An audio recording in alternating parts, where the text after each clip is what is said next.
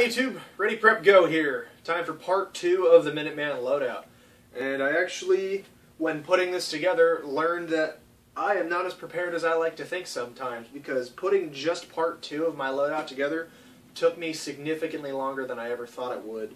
So that has made me aware that I need to be better prepared and have these things in the ready position at all times, because this took,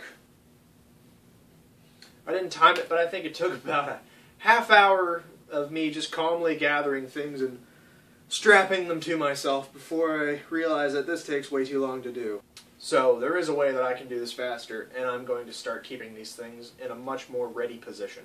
So last video we went over just the belt that I wear, and it's got my knife and my pistol and some extra ammo, and that's down here still. So part 2 of my loadout would be my chest rig and the components that came with it, also my battle rifle. I do want to start with a couple accessories that I usually keep attached to the chest rig just when it's stored, and then when I take it out I wear them.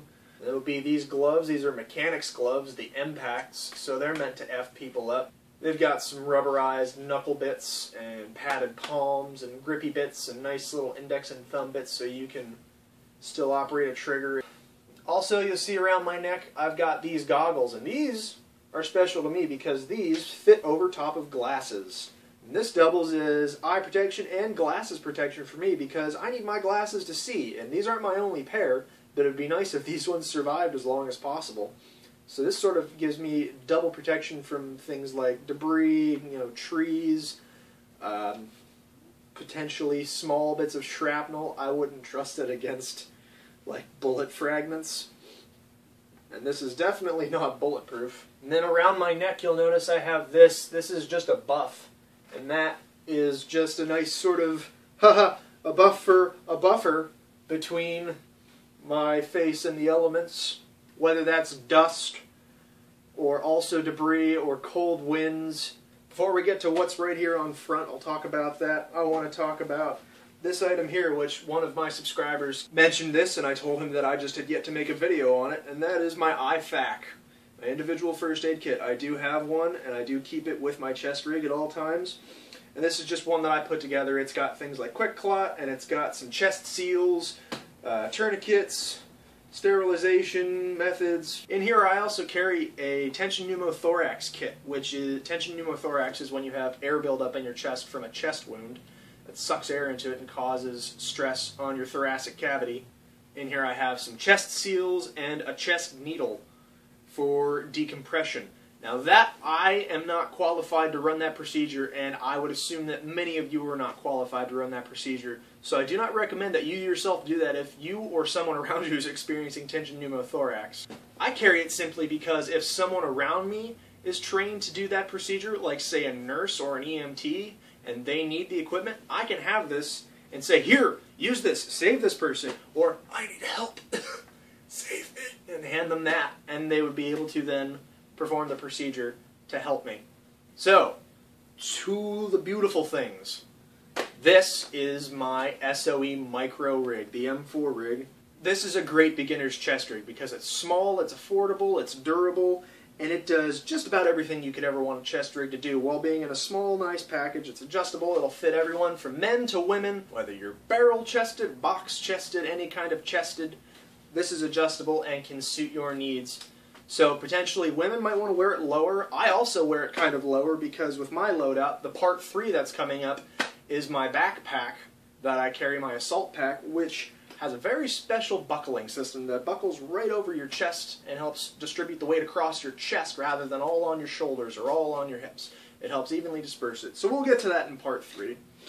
But I wear mine lower, and what's nice is it's still an effective means that I can wear this and I can ride in a vehicle, because that's one of the reasons why chest rigs were invented, was so that you could carry your equipment and ride in a vehicle without, say, having it all on a battle belt and having to take it off to get in the car. So this thing allows me to sit very comfortably and also not bounce around, because what I have my IFAK on here is a waist belt that's attached to the chest rig, which keeps it from flopping around. If I didn't have that waist belt, I would not have it this low, because it would just boom, bounce around, which is actually a common problem that I've mentioned in several videos that you want to avoid. So, waist belt eliminates that problem. On the outside of the chest rig, I've got some very large zip ties, which work as flex cuffs. I also have some glow sticks still in their packaging to help keep them preserved, because they do need to stay in their Mylar packaging, otherwise they do expire. And you want to check the dates on them and replace them if they do expire, because believe me, you'll come to them after a few years and crack, no light. Got a carabiner on the side here for clipping my gloves and my goggles too, if I decide I don't want to wear them. In the mag pouches I have just what you might assume, magazines. In the utility pouch here, I actually have 2 more magazines, some of the GI magazines, along with an extra flashlight, some cleaner lubricant and preservative in here, a little bit of extra rifle ammo, a toothbrush for cleaning the gun, and a boar snake, some steel wool, and I'll also have a little Easter egg in here for myself, and that is an easy to grab tiny little mirror for seeing around corners. So that way I don't have to stick my head out around corners. I can just reach this guy out and see who might be around the corner without getting my face shot. So the chest rig is very nice. I highly recommend the SOE micro rigs. Haas USMC does a great review on the micro rigs, and you can see a lot more about them. I'll link to his video because I don't just want to repeat his review, which he already did very, very well.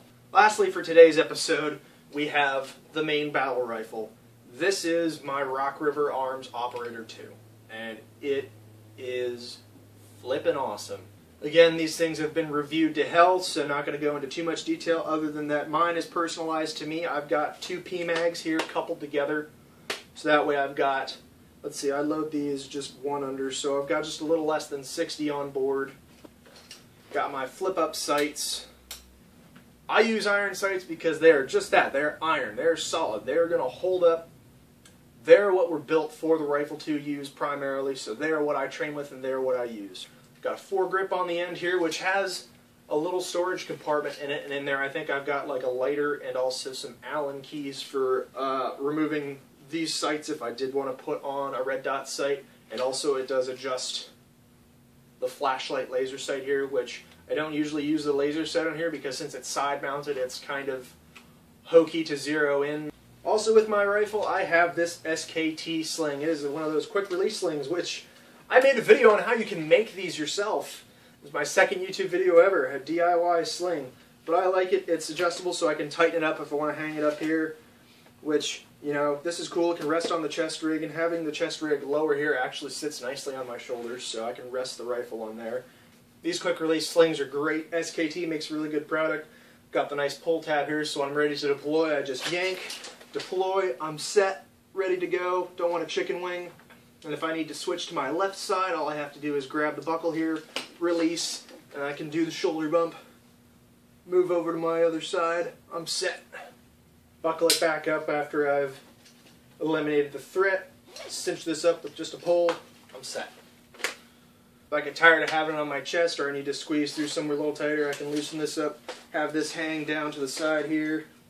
Doesn't really get in the way of my pistol, still easy to draw. That about does that. This is actually really fun getting this rig together, and I still have part 3. I have an assault pack, which I'll show you. It's actually not marketed as an assault pack, but I think you're going to like it. It's something I haven't really seen any reviews on YouTube so much, and it's something that I don't think a lot of people have considered. So this is the good next step to a basic loadout. That's someone from Generation Y who's just getting started, who maybe just be exiting school. This is a great beginning option. It's easy to store, it's easy to put together if you have it in the right place, ready for the right time. And also checking up on my gear, making sure everything's functional. It's fun. It's kind of a neat little hobby, is just, you know, keeping your skills up, keeping your equipment at top-notch level, and being ready to deploy at a moment's notice. So take it from me, you don't want to have to spend 30 minutes getting all of your equipment together when an emergency strikes. You want to have these things in an easily accessible area where it's going to be safe for the time being, and when it comes time to pull out, it's a quick grab, strap, sling, and you're ready.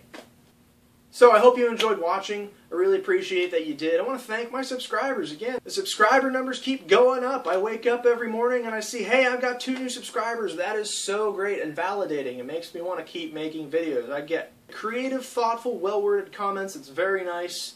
Please keep them coming. Please keep liking my videos because it makes them more visible to others. Feel free to discuss what I've shown you here. I'd love to talk about it. I know, again, it's not perfect, but this is what I have to work with. And if times call for me to be armed, I'm going to be way better off than a lot of other people in my neighborhood. That's not to say I would alienate them. You need to be able to make friends. And if you're prepared like this, people will look up to you. They might consider you a leader. They'll trust what you have to say because you're prepared for the situation. These are the kind of things you need to keep in mind. Network.